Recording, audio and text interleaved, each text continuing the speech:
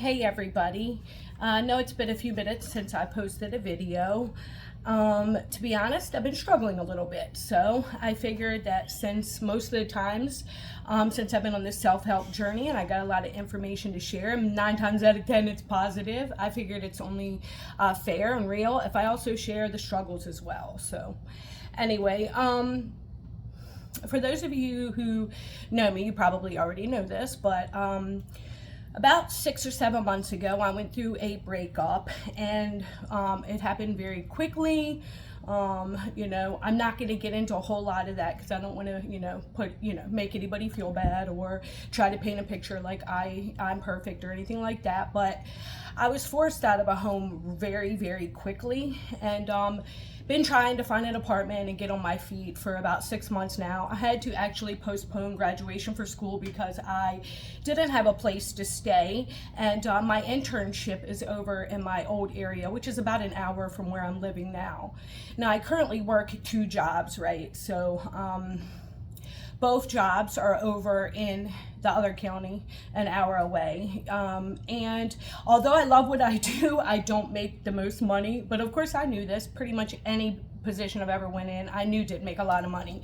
Teaching, mentoring, counseling, social work, but that's okay because it pays within self-worth and in heart and passion and purpose, right? Which I think is far more important. Anyway, so I'm still over here. I'm very, very grateful because I definitely have an amazing family, and my brother's been letting me stay with him. So I do have a place, and luckily he was even allowed me to bring my 2 cats, which are like my saving grace. Anyway, so I've been over here for a little while now, and still haven't found an apartment since then. Rent has skyrocketed, right? So when I got out of the situation I was in, I had put in money into, some stuff there. I was paying some of the rent there. I really didn't have a lot of money saved when I was forced out within 30 days, which was kind of crazy. Anyway, so I had spent money on updating this high-tech internet, whatever that they needed, because I was out in the country, right? So I'm in school, my job's telework. So I left all that, whatever, didn't have anything, been over here for 6 months. Pretty much got blamed for everything that I had done to me. But that's okay. Again, I feel like the people that know me best know me better, and they know my character and who I am. Anyway, so here we are now. It's been about 7 months. Definitely been enjoying the time with my nieces. Is priceless, right? Really been enjoying life. I was supposed to start my internship about 3 months ago, but again, that is one more job that I would be working an hour away. Been spending a lot of money in gas, going back and forth over there. My whole support system, all my friends, all my groups that I volunteer for, everything's over that way. Anyway, so trying to find an apartment, really struggling with that, and then on top of barely getting by as I am with my 2 jobs, now I'm going to have to volunteer 30 hours a week for my social work internship, which I totally believe in 100% because I'm doing it with Crisis Response, which is an amazing company, and the leadership down and the teamwork and the way they operate, just everything about it, I'm really going to love it. So really blessed there. I'm just really struggling. It's hard to line up everything when it's all an hour away, and I haven't found a place yet. So here we are. It's been about 10 days, kind of been struggling, been a bit depressed, doing extra reflection, kind of, not gonna lie, at times disassociating and just ignoring my issues. But again, when it all comes down to it, I realize, I'm a thriver, I'm a fighter, and with anything, whatever life hands to me, I always knock that shit out the park, right? So anyway, so here we are. I figured I would share these struggles that I'm going through because I really have just been really down and out, kind of avoiding my friendships and everything for the past week or so, and just trying to contemplate on things. So I figured I would share those things with you. So I caught myself. I'm thinking, why am I allowing these negative thoughts, what we call ants? For those of you who aren't familiar with ants, I'll describe that in a minute. But I've been letting these ants get through to me, right? And I realized it today. I was like, dude, I got to pick myself up by my bootstraps and soldier on, right? So I started reflecting. I came up with this video. It's just going to be a few pieces of insights, because again, I just wanted to share and try to be authentic, and also show the negative side to having PTSD and trauma in your past, especially for those that also have trauma. Have a lot of military and veteran friends, so I know they can relate, because it's all the same symptoms, right? They're neurologically and brain wise. And then military, again, they have the repeated TBIs as well, so that's like the whole double-edged sword on top of that, but that's a whole nother story. So let's talk about ants. So I looked up, calm.com talked about ants as being spontaneous, many times even fleeting thoughts that can cause a negative mood, or kind of just a dark shadow over your mood or perceptions. So they're kind of unconscious and automatic, and people don't even realize when it's happening, especially people that were, grew up in chaotic or abusive households, or, through their through their teenage years. Watch my prior videos on brain development and bottoms up approach, and, the reticular activating system, because all that's going to play in here, right? But these ants many times are unconscious and automatic, right? Maybe war veteran, you saw and heard so much stuff while you were at war or in combat, or even just in your dorms. Maybe you experienced stuff yourself.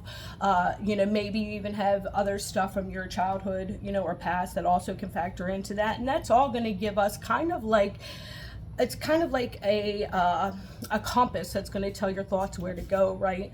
So now, you built up these thought processes and ways of thinking, but really it all boils down to science and neuron pathways, right? Because again, the more you use those neuron pathways, the more prominent they become. So now when you're not even in a stressed out situation, or a negative or a defensive situation, you're still using those same neuron pathways, because you just use them so much that you're almost on autopilot or automatic, right? So knowing that we have these ants, I've been having them more so lately, again, I got to catch myself. Once I catch myself and I realize I'm doing it, then I got to get pissed off at myself, and I'm like, dude, wise up, right? Get it together. You got stuff to do, people to help, states, communities, nations to serve, right? So then I was looking up different articles on ants before doing this video, and I came across a Brian Ford on LinkedIn. He is a coach, a personal coach and a business coach, and he had a really, really great article that he wrote, but it was off of talk that Lewis Howes gave, and he talked about the 5 C's and how they can be like to your detriment, right? And he said 5 C's that can be your downfall. They would include complaining. Think about that. How much do you complain? I know I really try to journal. Whenever I complain, at first I at least try to start or end in those positive affirmations. Always good to spend 10 minutes thinking about all the good stuff that happened to you all day long, right? But that one, negative, complaining, try to watch yourself, recognize when you're doing anything that's complaining or negative. Next, we have criticizing, criticizing others, criticizing ourselves, either which way. Positive criticism is important in reflection, but also recognize when you're doing it to the point that it's being harmful to yourself, right? Next, we have concern, right?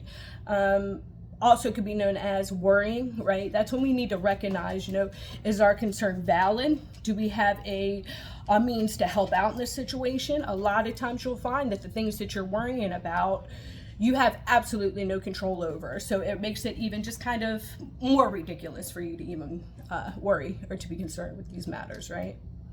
Next, we have commiserating. I don't know if I'm saying that right. I've got the worst vocabulary. Not my jam. Definitely not for sure. But that word is known as pitying and sympathizing. So getting together with friends or in groups, and the conversation's negative. Are you trying to play the victim? Are you trying to get people's sympathy? I had to reflect on this even before I did this video, because I'm like, oh, well, I'm getting ready to share something negative. But again, this is to end out on something better and to lead to something more positive. But commiserating. I don't even know if I'm saying it right again, but, you know, I try to catch that around my friend groups, and I try to help them teach around their ways of thinking and focus more on the positive things that are happening in their life, right? Because we have a choice in what to think about, you know, and every situation has a good and a bad. So, you know, when you get together with your friends, you know, how are those discussions? Are they enlightening, you know, and lively? Do they give you energy and purpose? You know, are the people around you, do they make you feel like that, right? Next we have catastrophizing. I don't know if I'm saying that right either, but to basically blowing things out of proportion. When you think of a situation, whether it's a relationship, you know, what's going to happen at work, you know, what's happening in any situation or in the future, are you going to worst case scenario automatically, you know? And if you are, try to catch yourself, realize you're doing this, and try to, you know, put an end to it. You know, I've reflected on in the past few hours on these 5 C's, and I definitely feel like in these past like 10 days I've been doing a lot more of this. Some of it's good, don't get me wrong, because I think it's important to realize, and it also helps me realize also what I still need to grow and work on, right? So with that being said, you know, it all really is the thought and the mind, but it all really does boil down to science, right? So if you think of, instead of thinking of you have PTSD or, you know, negative ways of thinking or anything like that, you know, think of it in science, and just know that you can rebuild those neuron pathways to take you to different emotional parts of your brain, create different neuron pathways, so those neurons have more choices to make. They're not just going in automatically bad or automatically good. There's a whole lot of gray, right? There's a lot of activities you can do to rewire the brain. So again, you know, one of my prior videos on the reticular activating system, you know, again, Tony Robbins talks about it, and he's amazing when he describes it. And he just talks about, you know, once you start looking for something, you start finding it. And right, it's just like, you know, we all kind of know this, what you seek, you find. That's why, I mean, I love research in one sense, but in the other sense, I'm like, what are we looking for, right? Because I usually think whatever we look for, we can find. But instead of just thinking of it in mind, think of it in, you know, when you're decoding a conversation or the environment around you, or thinking about the future, you know, if you're going straight into that negative, that's normal. That's not a default mode for a healthy individual. So catch yourself when you're doing it, and know that you can challenge yourself. You can try to figure out, why am I thinking negative, and put an end to that. Chop it up and go take that neuron another pathway, right?